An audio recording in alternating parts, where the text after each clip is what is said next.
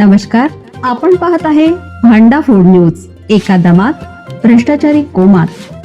Social media, कर्जबाजारी, गुन्हेगारी, सट्टेबाजी, चोरी, मटका, जुगार, दारू, सावकारशाही, न्यायाच्या प्रतीक्षेत प्रशासन.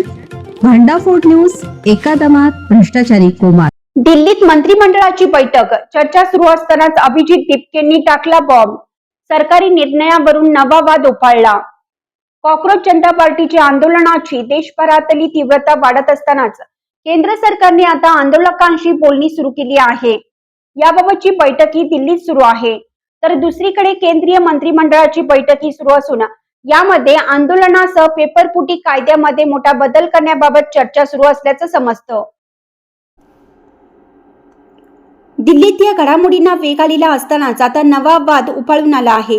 केंद्र सरकारने गुरुवारी रात्री उच्च शिक्षण सचिवांसह विविध विभागामधील अधिकाऱ्यांच्या तातडीने बदल्या केल्या आहेत. उच्च शिक्षण सचिव विनीत जोशी यांना पंचायत राज विभागात पाठवण्यात आला आहे. तर पशुसंवर्धन खात्याचे सचिव नरेश पाल गंगवार हे नवे उच्च शिक्षण सचिव असतील. दीपके यांनी गंगवार यांच्या नियुक्तीवर बोट ठेवत सरकारला घेरलं आहे.